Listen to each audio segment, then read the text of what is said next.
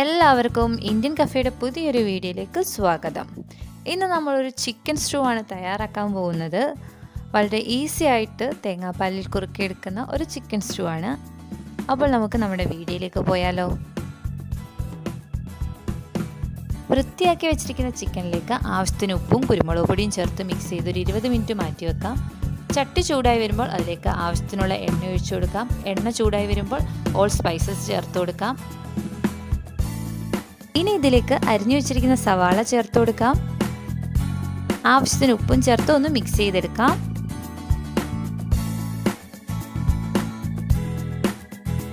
നീളത്തിൽ അരിഞ്ഞു വെച്ചിരിക്കുന്ന ഇഞ്ചി, വെളുത്തുള്ളി, പച്ചമുളക് ചേർത്ത് എല്ലാം കൂടി നമുക്കൊന്ന് മിക്സ് ചെയ്തെടുക്കാം.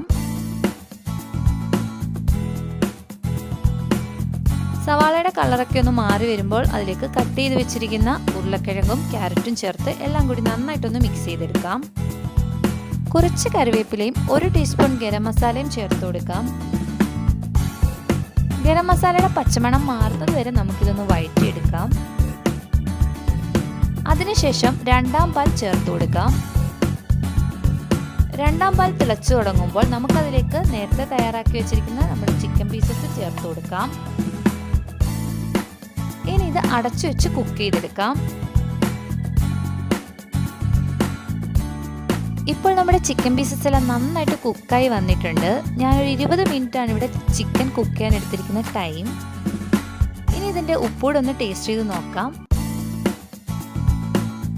ഇനി ഫ്ലെയിം ഓഫ് ചെയ്ത് കൊടുത്ത് നമുക്ക് നമ്മുടെ ഒന്നാം പാല് ഇതിലോട്ട് ചേർത്ത് കൊടുക്കാം. ഇനി പാൻ ചൂടാക്കി അതിലേക്ക് 2 ടേബിൾ സ്പൂൺ നെയ്യ് ഒഴിച്ചു കൊടുക്കാം. അതിലേക്ക് ചെറിയുള്ളി മൂപ്പിച്ചെടുക്കാം. ചെറിയുള്ളി മൂത്ത് വരുമ്പോൾ അതിലേക്ക് കാഷ്നട്ടും ഉണക്കമുന്തിരിയും ചേർത്ത് കൊടുക്കാം. എല്ലാം കൂടി നന്നായിട്ടൊന്ന് റോസ്റ്റ് ചെയ്തെടുത്തതിന് ശേഷം കറിയിലേക്ക് താളിച്ചെടുക്കാം. അതിനുശേഷം 1 ടീസ്പൂൺ കുരുമുളക് പൊടിയും കുറച്ച് കറിവേപ്പിലയും കൂടി ചേർത്ത് കൊടുക്കാം. ഇപ്പോൾ നമ്മുടെ ടേസ്റ്റി ആയിട്ടുള്ള ചിക്കൻ സ്റ്റൂ ഇവിടെ റെഡി ആയിട്ടുണ്ട്. എല്ലാവരും ഒന്ന് ട്രൈ ചെയ്ത് നോക്കുക. അപ്പോൾ വീഡിയോ സബ്സ്ക്രൈബ് ചെയ്യാതെയാണ് കാണുന്നതെങ്കിൽ പ്ലീസ് ഒന്ന് സബ്സ്ക്രൈബ് ചെയ്ത് സപ്പോർട്ട് ചെയ്യുക. അടുത്ത വീഡിയോയുമായി കാണുന്നവരെ താങ്ക് യു ഫോർ വാച്ചിങ്.